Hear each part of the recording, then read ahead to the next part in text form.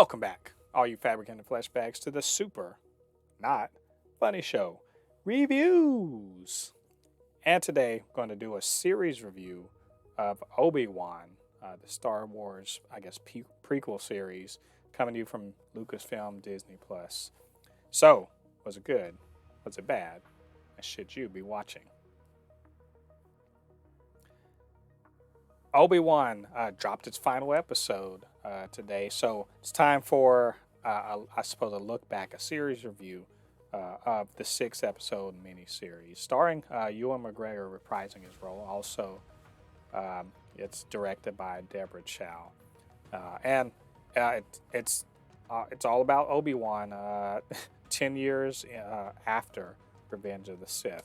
What's he up to, and why is he like the Godfather, keep getting pulled right back in?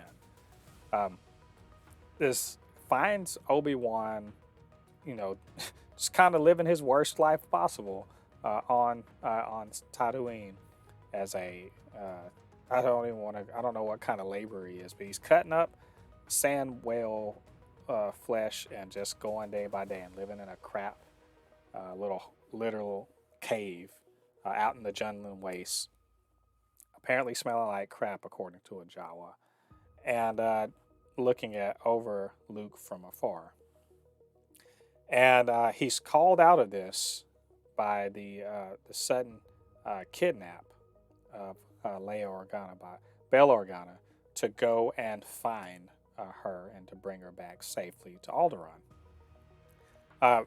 In addition to that, we also have something that wasn't apparent in the original series, A New Hope, etc., but became fleshed out later on in the, the expanded universe, mostly in Star Wars Rebels, and somewhat in the Clone Wars, that there were Sith acolytes and dark apprentices, etc. But in the aftermath of Order 66, in an effort to track down any rogue Jedi that weren't at the temple or weren't actually killed by Order 66, Darth Vader and Darth Sidious, aka Palpatine, they created their little organization of dark side Force users called the Inquisitors who go and hunt down Jedi. Apparently, quite successfully. 10 years on, it's been quite a successful venture. But Darth Vader, he still has a mat on for Obi-Wan, who, as we all know, he sort of crippled him and made him into Darth Vader as we know him in Revenge of the Sith. So that's all the backup. That's the setup. We see the very controversial, for no good reason in my opinion, controversial Inquisitor Riva, aka the third sister, the Grand Inquisitor, and the fifth brother, who are in Tatooine, tracking down a Jedi, unrelated to Obi-Wan Kenobi, and that kind of starts the ball rolling here, really,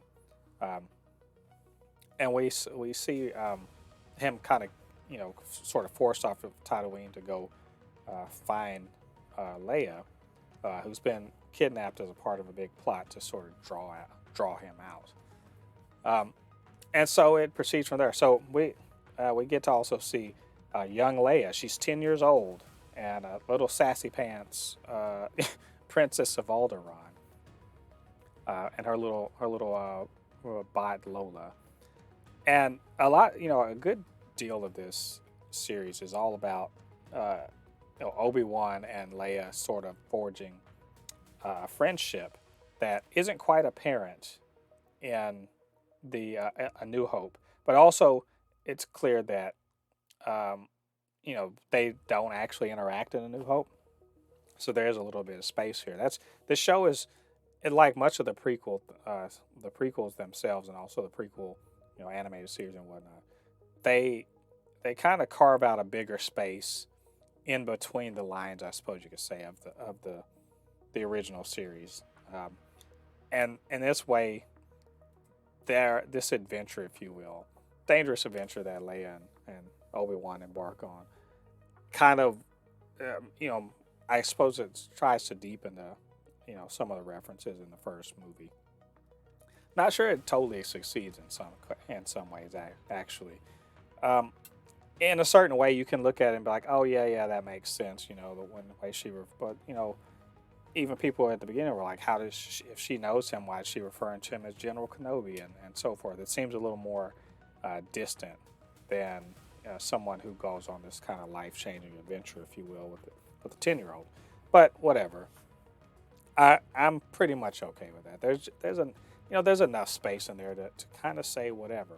Uh, so as they proceed on, he goes to get her from yet another super urban environment, and he's rusty as hell. A lot of people were upset about this. I don't understand why. I thought it was pretty clear that the man literally he's done no training, no force, no lightsaber, just working at a factory for 10 straight years. So the man's rusty. I mean, use it or lose it. This guy doesn't have, he's not immediately going to be flipping around and force choking or whatever anyone. And so it kind of shows, but he still has a little bit of the edge, enough to sort of deal with this situation.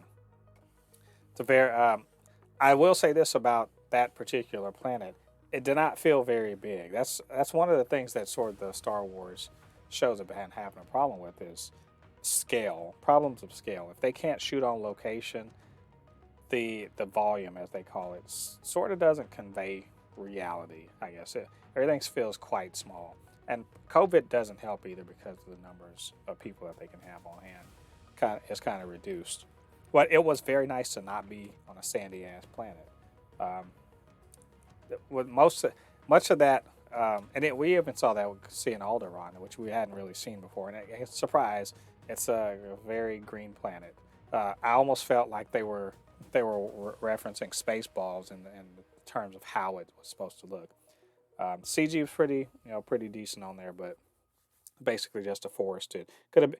Honestly, it could have been the Pacific Northwest, for all we know. Either way, and there's, that's where a couple of the weird things, like, it's some of the annoyances about this. Like this show it's very Star Wars, and I say that in this sense, that if something incomprehensible or silly or illogical has to happen in order to advance the story, it will. This is some people that claim to be Star Wars fans, for some reason they can't quite understand that that's actually the way Star Wars has operated for a while. Things that just don't really make much sense, or it might not be something that you would do if you were in that position. Like for instance, in this one, little Leia, who is played by quite well by young actress. I forget her name, but she's short, she's tiny, she's got little kid legs, and somehow she can evade full-grown men running at theoretically at full speed. Now maybe they were trying to lead her into a trap, who knows? But the point being is that it was it strained credulity, I suppose you could say. And that sort of happens, at different points. Like in this, the second or episode when they go on to, he goes to face Riva. It's quite apparent that they're trying to make her menacing and make her a real difficult opponent. But then she goes off and does something silly like not using the Force to stop a transport ship, things like that. But for Riva, I mean, I've heard a lot of people say her writing was bad or whatever. I don't. Number one, are y'all I don't know. Are y'all expecting Oscar-worthy dialogue or something? This is Star Wars. At no point have I ever felt that they've had Oscar-worthy dialogue. Second of all, this is literally supposed to be. This is based on a series of movies that were supposed to be sci-fi serials from the 50s. Again, I'm not really sure what y'all are expecting, but she's certainly kind of the theatrical, over-the-top, big bad guy that you would expect.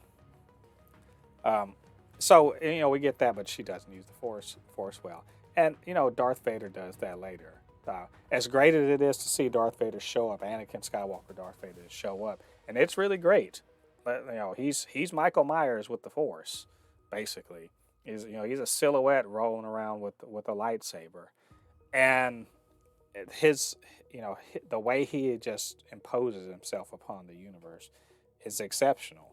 Like I think they grasped that, especially when he later on confronted Obi-Wan, and Obi-Wan's just outclassed and fearful and all that stuff. The Force isn't with him, and proceeds to sort of torture him. But then he's saved, and the Force would have just literally stopped all of that from happening. It's again silliness that sort of undermines some of that third episode.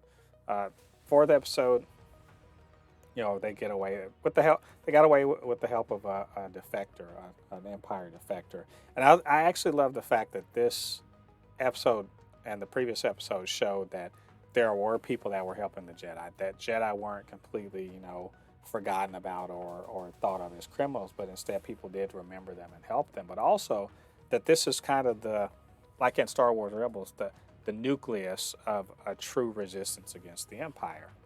And it's quite nice to see something that deepens your understanding of the original series, because when we started in A New Hope, it's 20 years on, and they are fully formed and fighting outright against the Empire.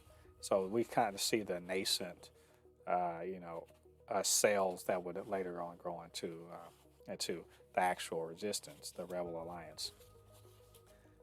It's also really nice to see that, hey, not everyone that's part of the Empire is actually an amoral piece of crap.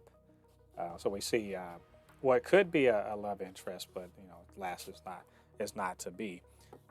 We also got to see people who are refugees. So there's stakes within this to kind of save people who are against the Empire.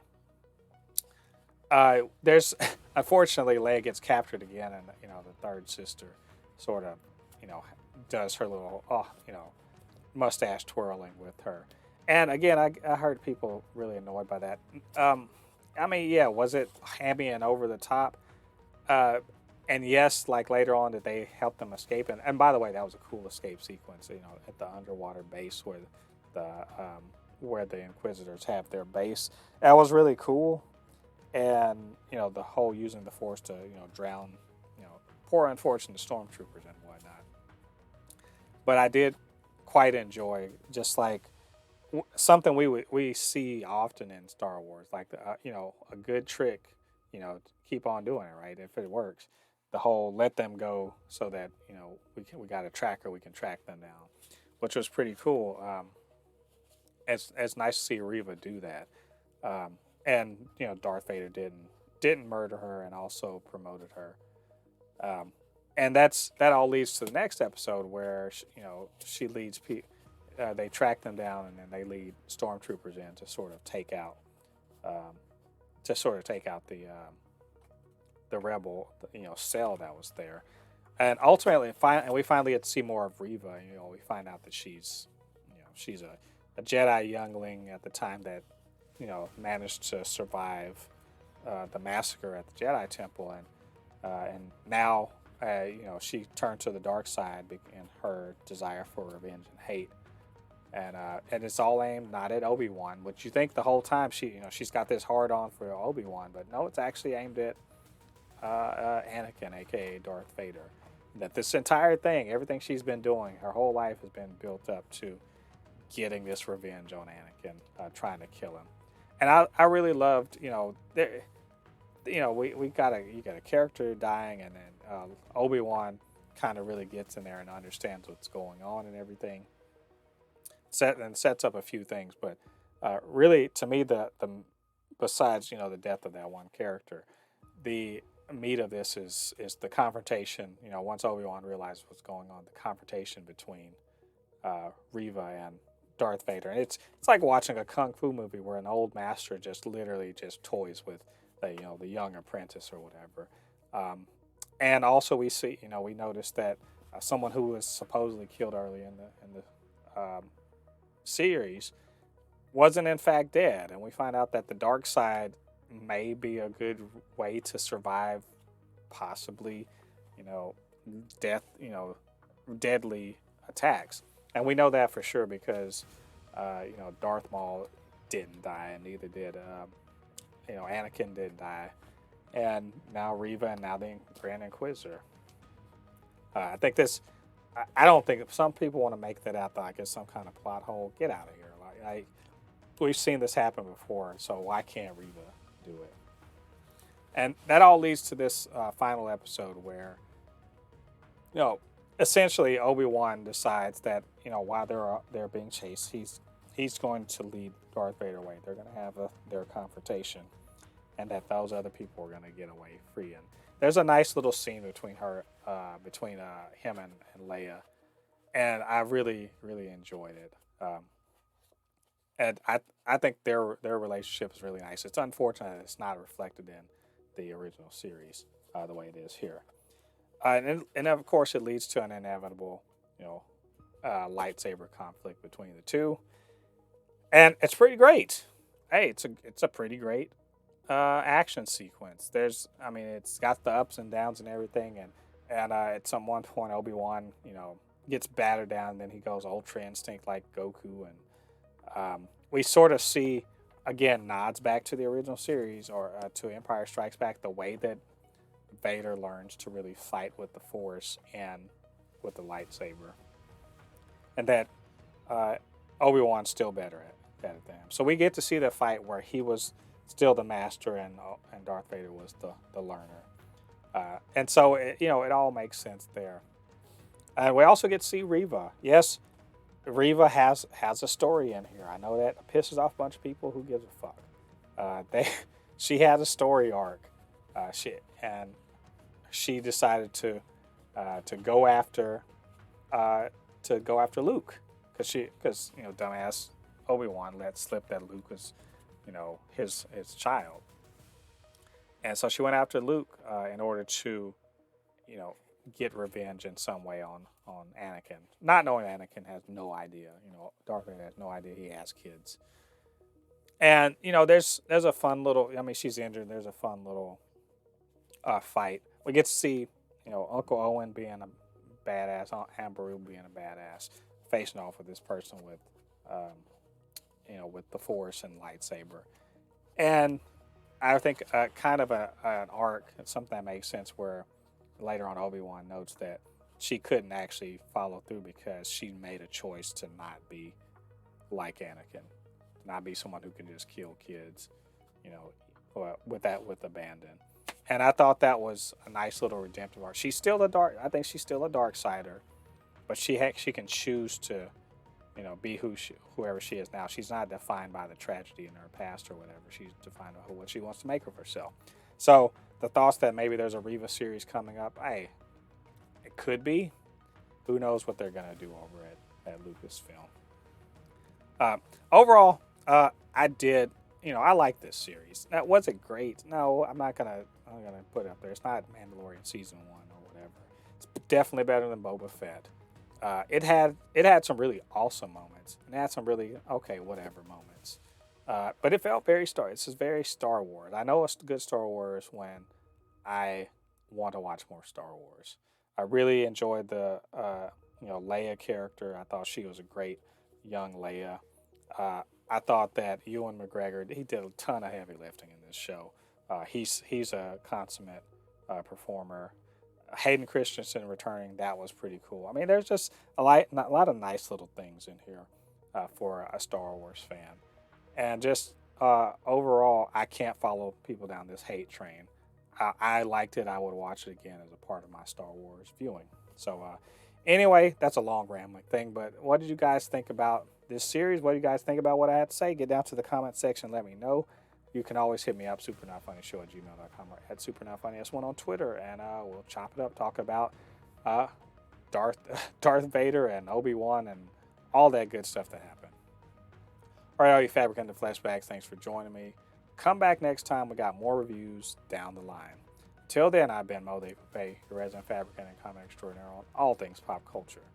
And I'll see you guys on the other side of the thread. Peace.